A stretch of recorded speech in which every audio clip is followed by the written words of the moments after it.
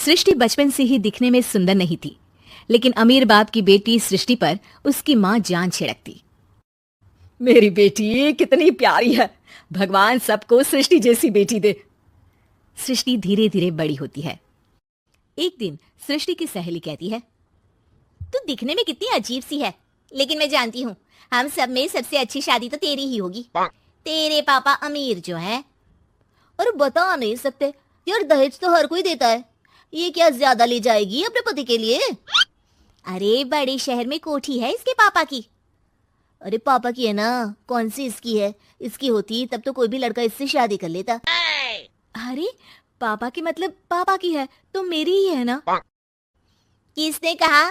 अब तेरी तो तब होगी ना जब तेरा भाई ना हो। वैसे भी शादी के बाद सारी प्रॉपर्टी भाई के नाम होती है। सृष्टि समझ जाती है कि उसे किसी भी हालत में माँ बाप की सारी प्रॉपर्टी को अपने नाम करना है, लेकिन कैसे? एक दिन सृष्टि का भाई शीनू कहता है, बहन क्या कर रही है? तुझसे एक बात करनी है। अरे हाँ हाँ करना, मैं तो तेरी बहन हूँ। बहन मेरी लाइफ में ना एक लड़की है, बहुत अच्छी है। मैं सोच रहा हूँ माँ और पापा से बात करूँ शादी के लिए। सृष्टि को समझ में आ जाता है कि भाई की शादी होते ही भाभी उसे एक दिन भी घर में बर्दाश्त नहीं करेगी।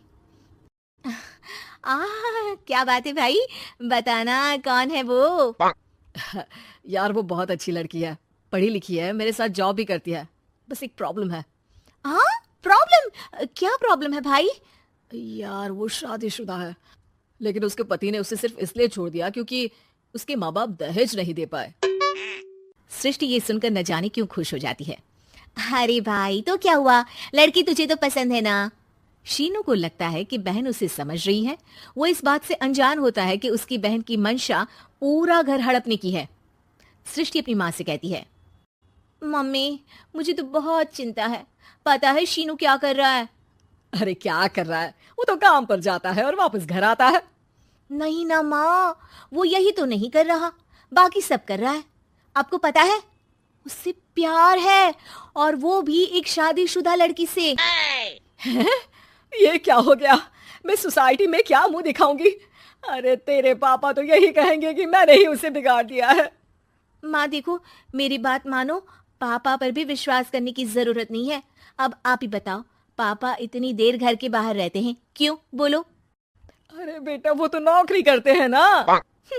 तू बहुत भोली है माँ। पापा का ऑफिस तो 7 बजे खत्म हो जाता है, लेकिन देखो कितनी देर से आते हैं। अरे नहीं नहीं बेटा, ऐसी कोई बात नहीं है। सृष्टि माँ को एक औरत से बात करते पिता की फोटो दिखाती है। देखो माँ कैसे हैं पापा, मैं ना कहती थी कि पापा सही नहीं है। मैं तेरे पापा से बात करूंगी, दे फोटो मुझे। ओ माँ वो तो डिलीट हो गई। लेकिन चल, तूने तो देख लिया ना, पापा से बाद में बात कर लेना, और हाँ मेरा नाम बिल्कुल मत लेना। हाँ माँ। अब क्या था, सृष्टि के माँ और पिता के बीच झगड़ा होना शुरू हो जाता है। सृष्टि के मन में क्या चल रहा था कोई नहीं जानता था। एक दिन, माँ सृष्टि के लिए एक लड़का देखा है, वो लोग शाम को उसे देखने आने वाले हैं। और हाँ माँ, एक खुशखबरी, मैं और पापा मिलकर एक नया बिजनेस ट्राई कर रहे हैं। शाम को लड़का आता है, सांवले रंग का। सृष्टि को तो बिल्कुल भी पसंद नहीं आता। लड़की की माँ कहती है, लड़की का चेहरा तो कोई खास नहीं, लेकिन अगर मेरे बेटे को आप लोग सेटल कर दें तो मैं उसकी शादी आपकी बेटी से करवा दूं। सृष्टि को लड़का बिल्कुल पसंद नहीं था। उसे भाई पर गुस्सा आ जाता है। लड़के वालों के जाने के बाद कहती है, माँ देखा शीनू मेरे लिए कैसा लड़का लेकर आया, न दिखाने लायक न सुनने लायक, सेटल भी नहीं, वो भी हम करे। अरे माँ मैं जानती हूँ ये मेरी शादी किसी भी घर में क्यों करवाना चाहता है। अरे कैसी बात कर रही है बहन, तूने तो देखा ना, लड़के को मैंने ही मना कर दिया तुझसे शादी के लिए। जिसने लड़का बताया था उसने उसकी बहुत तारीफ की थी। बात आई गई हो जाती है, लेकिन सृष्टि का मन शांत नहीं होता। क्या करूं कुछ समझ में नहीं आ रहा। मेरी शादी हो गई तो ये लोग पूरी प्रॉपर्टी शीनू के नाम कर देंगे, मेरे हाथ तो कुछ लगेगा ही नहीं। तभी सृष्टि को आइडिया आता है। वो किसी वकील को फोन करती है। जी देखिए, अगर आपके मम्मी पापा का तलाक हो जाता है तो आपके पिता की आधी प्रॉपर्टी आपकी माँ के नाम हो जाएगी, फिर उसे वो किसी को भी दे सकती है। सृष्टि अब माँ को बेटे के खिलाफ भरती है। माँ शीनू पर नजर रखा करो, वो जिस लड़की के प्यार में है ना वो शादीशुदा है। यहाँ आएगी सारा पैसा रुपया जमीन जायदाद सब हड़प लेगी। पापा का भी हाल तुमसे छुपा नहीं है।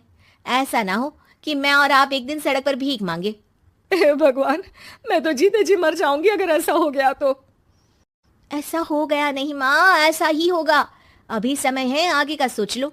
मैं तो कहती हूँ पापा से आधी प्रॉपर्टी लेकर अलग हो जाओ। पापा की आधी प्रॉपर्टी भी हम लोगों को अगर मिल जाती है ना, तो अगले 7 जन्म सफल समझो। बेचारी माँ बेटी के कहने पर पति से तलाक लेकर अलग हो जाती है। सृष्टि अब पैसों से गाड़ी और अपने दूसरे महंगे शौक पूरे करने लगी। उसके दोस्त भी उसके पैसे इस्तेमाल करते। सृष्टि, कल तुम कहाँ थी? मैं सारा दिन घर पर अकेली थी। तो मैं क्या करूं? मैंने ठेका तो नहीं लिया है ना तुम्हें संभालने का। माँ को सृष्टि से ये उम्मीद नहीं थी। वो बैठकर रोने लगती है। वहीं उसका पति यानी कि सृष्टि के पिता आ जाते हैं। मैं जानता था कि तुम्हारा यही हाल होगा, तो आपने मुझे रोका क्यों नहीं? मैं रोकता तो तुम रुकती क्या? सृष्टि के कहने पर तुमने मुझ पर अपने बेटे पर शक किया, लेकिन तुम ये भूल गई कि कैसे हम दोनों ने मिलकर जीवन में इतना सब खड़ा किया। माँ पति के गले लग जाती है। मुझे माफ कर दीजिए, मैंने आपकी कमाई का एक बड़ा हिस्सा गवा दिया। कोई बात नहीं, तुम साथ हो तो मैं ऐसी 7 प्रॉपर्टी खड़ी कर दूंगा। तभी वहां सृष्टि आ जाती है रोते हुए। माँ, मयंक ने मुझे छोड़ दिया। वो बोल रहा था जब तक मेरे पास पैसे थे तब तक ही वो मेरे साथ था।